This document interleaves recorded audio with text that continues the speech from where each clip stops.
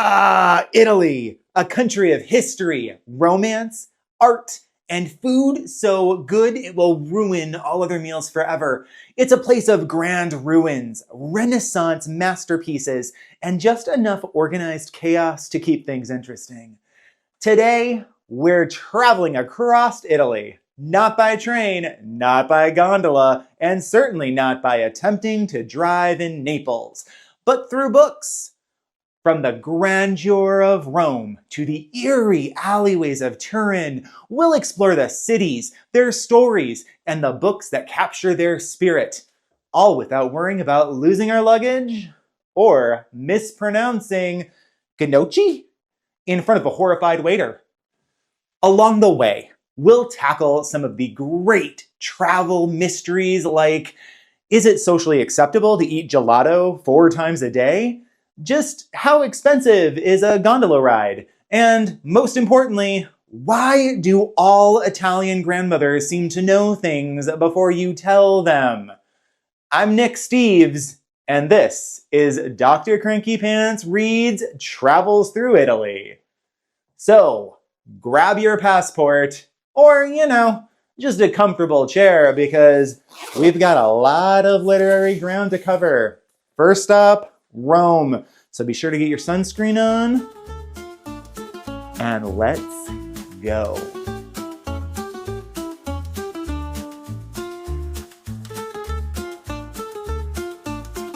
This episode of Dr. Cranky Pants Reads Travels Through Italy is made possible by the Linguist Library and Uncommon Reader, the brilliant minds behind this tag, proving once again that the best journeys start with a single prompt. And with additional support from Albert the Conjugator, ensuring that my mispronunciations remain entertaining, if not entirely accurate. Because when you travel Italy through books, you might not need a passport, but you will need someone correcting your grammar. If you would like to support high-quality literary travel content, such as this highly educational, definitely well-funded production, consider liking, subscribing, or leaving a comment below with your favorite Italian read. And now, on to our first stop, Rome, where history is deep, pasta is sacred, and getting lost is not a question of if, but when. Rome, the eternal city, named so because if you get lost once, you wander eternally. Rome is history, layered thick like a lasagna of ancient civilizations. If you listen carefully, you can almost hear the whispers of gladiators, emperors, and gelato. Lots of gelato. But Rome's history isn't just monuments and museums. Caroline Moorhead's A House in the Mountains reveals an entirely different side of Italian history. Set during World War II, it chronicles the bravery of 4 courageous women in Italy's resistance, showing that not all heroes wore togas. Some wore skirts and sensible shoes. What makes this book stand out? Moorhead doesn't just recount events. She puts us shoulder to shoulder with these women, fighting battles of espionage, survival, and quiet defiance. It's gripping, moving, and a little heartbreaking. As they say in Italy, chi dorme non piglia pesci, which means he who sleeps can't catch fish. I think that's about being brave, or maybe it's a fishing thing. Either way, it seems relevant here. Okay, let's not linger too long. Next, we're off to Verona, city of balconies, Shakespeare, and frankly, questionable teenage romance decisions. Let's go! Verona, a city of dramatic declarations, sweeping balconies, and at least one couple a day reenacting Shakespeare while wearing cargo shorts. It's a place that has built an entire tourism industry around a love story that's, let's be honest, could have been avoided with better decision-making and a few well-placed text messages. But Verona is more than just the setting for a fictional heartbreak. It's a city that breathes romance, history, and the weight of every love story that has ever been whispered under its stone archways. And few books capture that complexity quite like Beautiful Ruins by Jess Walter. At the heart of this novel is Pasquale Terzi, a young, earnest innkeeper in a tiny, overlooked Italian fishing village in 1962. He dreams of taking his sleepy town and making it into a destination worthy of postcards. But fate kind of has other plans for him. Enter Dee Moray, a stunning, troubled American actress who arrives at his hotel, supposedly dying, but carrying far bigger secrets than she realizes. From the moment she steps off a boat into Pasquale's shore, his world expands in ways he never imagined. But Walter's novel doesn't just stop there. It leaps across decades, following an aging, once powerful Hollywood producer clinging to relevance, a disillusioned screenwriter chasing meaning, and a tangle of people connected by ambition, regret, and the stories they tell themselves about what could have been. It's about love, yes, but also about the passage of time, the weight of nostalgia, and how some moments, some people, never really leave us. So if you've ever wandered through Verona and thought, this would be a lot more romantic if it weren't for all these other people trying to get the perfect Instagram shot, then this book is for you. Now, let's trade wistful gazes for Renaissance masterpieces. Florence awaits! Florence, the city that practically invented beauty. It gave the world the Renaissance, Michelangelo's David, and the Duomo's gravity-defying dome. And most importantly, a reason for every tourist to take at least one dramatically staged photo on the Ponte Vecchio. Walking through Florence feels like stepping into an oil painting, except with more gelato stops. Sarah Dunant's The Birth of Venus captures this world in all its breathtaking grandeur and shadowy intrigue. At the heart of the novel is Alessandra Cecchi, a fiercely intelligent and artistically gifted young woman who dares to dream beyond the rigid roles society has prescribed for her. In 15th century Florence, where men paint frescoes and women are expected to marry well, Alessandra longs for a different kind of life, one where she can create rather than simply observe. Through her story, Dunant paints Florence in both its dazzling and dangerous forms. A city ruled by the powerful Medici family, where art is revolutionary, but stepping out of line can be perilous. The book immerses us in a world of forbidden love, political upheaval, and the intoxicating promise of creation in an era where beauty was powerful. So, if you've ever stared at a Renaissance painting and thought, wow, the drama in this is intense, then this book is for you. Now, let's hurry along because Sicily awaits and you don't want to keep a volcano waiting. Sicily, where history and mythology blend together like the perfect espresso, and where you're never quite sure if that dramatic landscape in the distance is real or a Greek god waiting to strike you down for mispronouncing cannoli. With its stunning coastlines, ancient ruins, and a history steeped in legend, Sicily is the perfect setting for adventure. Though today, we're taking a slight detour to Venice, but stay with me on this one. This is Cornelia Funke's The Thief Lord, which technically is set in Venice, but it perfectly embodies the spirit of Sicily, a place where reality and fantasy blur, where young dreamers can carve out destinies bigger than their circumstances, and where a secret or two is always lurking just around the corner. At its heart, this novel follows two orphaned brothers, Prosper and Beau, who flee to Venice and find themselves under the protection of the mysterious Thief Lord, a charismatic figure who may or may not be exactly who he claims to be. This book isn't just about adventure. It's about found family, loyalty, and the way we shape our own myths. Like Sicily itself, The Thief Lord is a story rich with mystery hidden passageways, and an unshakable sense of wonder. If you've ever wanted to disappear into a world of intrigue and impossible dreams, this book will transport you faster than a questionable ferry ride across the Strait of Messina. So, while we may be borrowing this one from Venice, it still feels at home in Sicily's legacy of grand stories and even grander secrets. Now let's move on to Bologna, where food is legendary, the history is rich, and the only thing more serious than politics is pasta. Bologna, the city where food isn't just eaten, it's revered.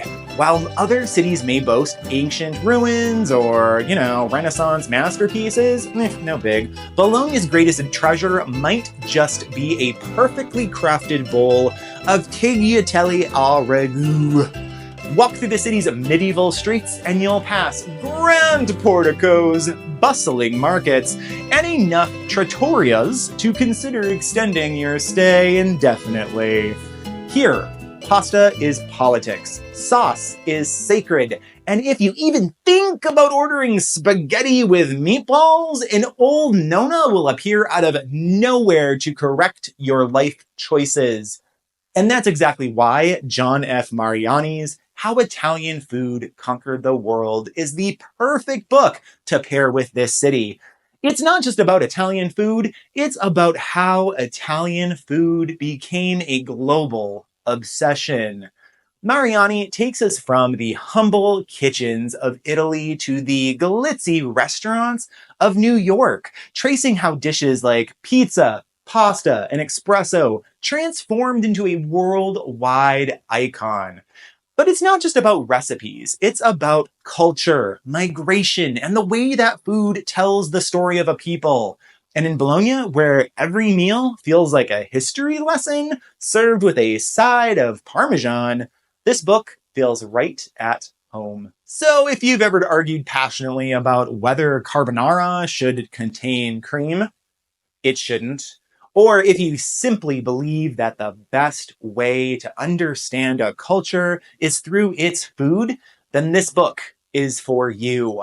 Now let's loosen our belts and move on, because Sardinia is calling, and this time, adventure is on the menu. Sardinia, where the landscapes are breathtaking, the roads are questionable, and the locals have a long history of greeting outsiders with cautious curiosity. This is an island where time moves differently, where the mountains hide ancient secrets, and where, if you need to disappear for a while, no one will ask too many questions. It's a place of quiet isolation, untamed beauty, and just the right amount of danger, which makes it the perfect place for Cause for Alarm by Eric Ambler. Now, I know what you're thinking. This book takes place in Milan, but again, hear me out. Ambler's novel is about an ordinary man, Nicholas Marlowe, who stumbles into a world of espionage and betrayal and international intrigue. He's not a spy. He's not trained for this. But suddenly, he's caught in something much, much bigger than himself, and the only way out is to think fast and trust no one. And that's Sardinia's energy, and that's the place where history is full of exiles, pirates, and people making quiet, dangerous deals on hidden coastlines. It's the kind of place where a man on the run could say, disappear, where a secret meeting could, change everything, and where beauty and peril walk hand in hand. Cause for Alarm is about the tension of not knowing who's watching, who's listening, and how far you can run before someone finds you. If that doesn't scream Sardinia, I don't know what does. So if you like thrillers that build paranoia like a slow, creeping tide, or if you've ever wanted to sip wine in a secluded Sardinian cove while wondering if you're being followed, this book is for you. Now, let's leave the shadowy intrigue behind and head to Venice, where deception is less about survival and more about style. Ah, Venice, the city of misty canals, grand palazzos, and tourists slowly realizing that gondola rides cost more than their hotel. A place where streets are water, the reflections are dreamlike, and the very air seems to hum with secrets. Venice has long been a setting for intrigue and deception, which makes it the perfect backdrop for Patricia Highsmith's psychologic thriller, The Talented Mr. Ripley. At the heart of this novel is Tom Ripley, an ambitious young man who wants nothing more than to belong among the wealthy elite. When he's sent to Italy to retrieve the charming but irresponsible Dickie Greenleaf, he becomes enamored with Dickie's glamorous life and decides that he's not going home empty-handed. What follows is a chilling and masterfully written descent into deception, identity theft, and, well, let's just say some unfortunate accidents. Venice, with its twisting alleyways and shadowy waterways, becomes more than just a setting. It's a character in itself, an elegant accomplice to Ripley's schemes. The city's beauty masks its dangers, just as Ripley masks his true self. Highsmith crafts a thriller that is as intoxicating as a Venetian sunset and as unsettling as realizing your charming new friend might not be who he says he is. So, if you love a novel where the glamour is as thick as the deception and the danger is as smooth as a perfectly tailored suit, then this one's for you. Now, let's trade stolen identities for something a little more high stakes. Naples, where the mysteries are just as dark, but the coffee is, even stronger. Naples, a city of vibrant chaos, stunning coastlines, and enough historical intrigue to make even the most casual visitor feel like they've stepped into a noir film. It's a place where life is lived loudly, where danger and beauty walk hand in hand, and where the only thing darker than the espresso is the city's true passion. Which brings us to I Will Have Vengeance by Maurizio Di Giovanni, the first in the Inspector Ricciardi series, which is set in 1930s Naples. This novel follows Ricciardi, a detective with a peculiar and haunting gift. He can see the final moments of murder victims. In a city as superstitious as Naples, that's about as useful as it is unsettling. Ricciardi is no ordinary detective. He is brooding, brilliant, and deeply empathetic, solving cases while carrying the weight of the dead with him. This particular mystery unfolds in the opulent world of the Teatro di San Carlo, Naples' legendary opera house, where a famous tenor is found murdered in his dressing room. As Ricciardi navigates a world of passion, jealousy, and hidden secrets, Naples itself becomes a character. Its streets, its people, and its contradictions all woven into the mystery. So if you love crime fiction where the atmosphere drips from the pages like a perfectly pulled shot of espresso, this book is for you. Now, let's leave behind the smoky intrigue of Naples and head to Turin, where ghosts, mysteries, and midnight stories await. Turin, Italy's city of mystery, magic, and just enough eerie folklore to make you check behind you at night.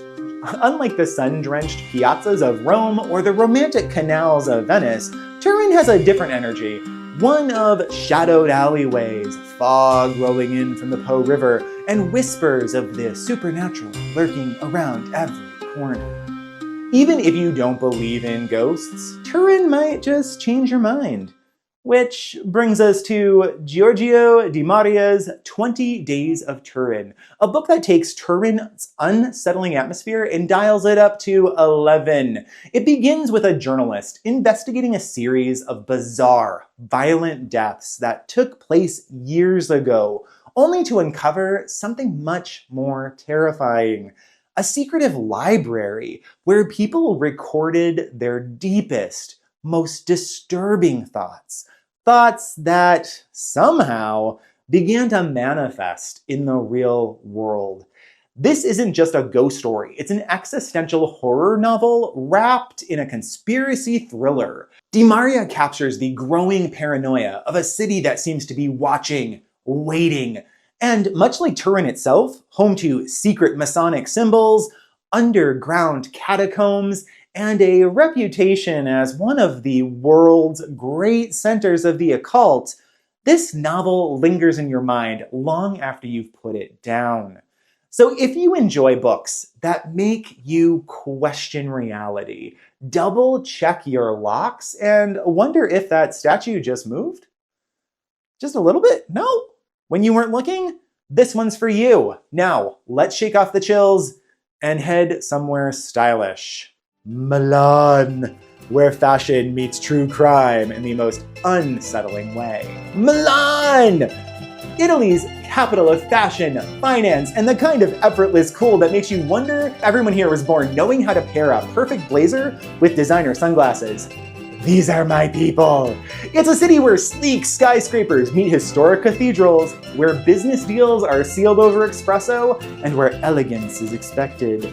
But as with all places, where the surface is polished to perfection, sometimes the real story lies underneath.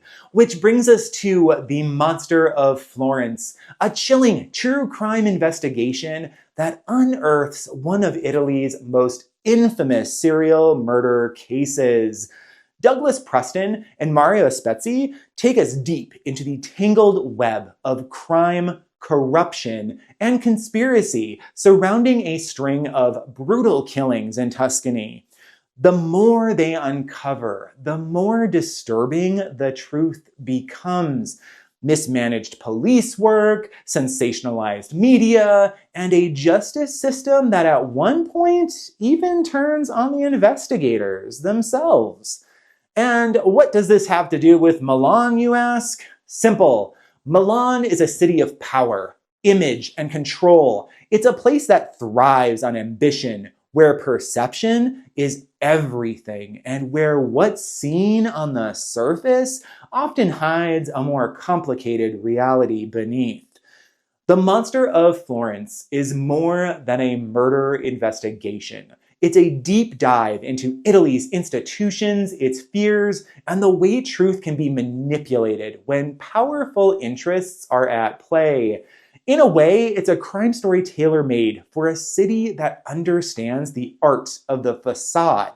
If you love true crime that reads like a thriller, or you just like your mysteries served with a side of high-stakes drama, then this book is for you. And just like that, our literary tour of Italy comes to an end. We've wandered the grand ruins of Rome, solved crimes in the shadows of Naples, and possibly mispronounced a few Italian words along the way. Albert, let me know. Albert? But more importantly, we've proven that the best way to travel isn't necessarily by plane, train, or gondola. It's through the pages of a great book. Of course, if you'd prefer the real thing, you could always book a flight to Italy, but I should warn you, the coffee will ruin all other coffee forever. And once you've had authentic pasta, there's really no going back. And now I turn it over to you. If you could take a literary journey anywhere in the world, where would you go? Drop your dream destination in the comments below. And let's build a travel itinerary through books. I'm Nick Steves. This has been Dr. Cranky Pants Reads Travels Through Italy. As always, I appreciate you, and I hope life is good. See you in the next one.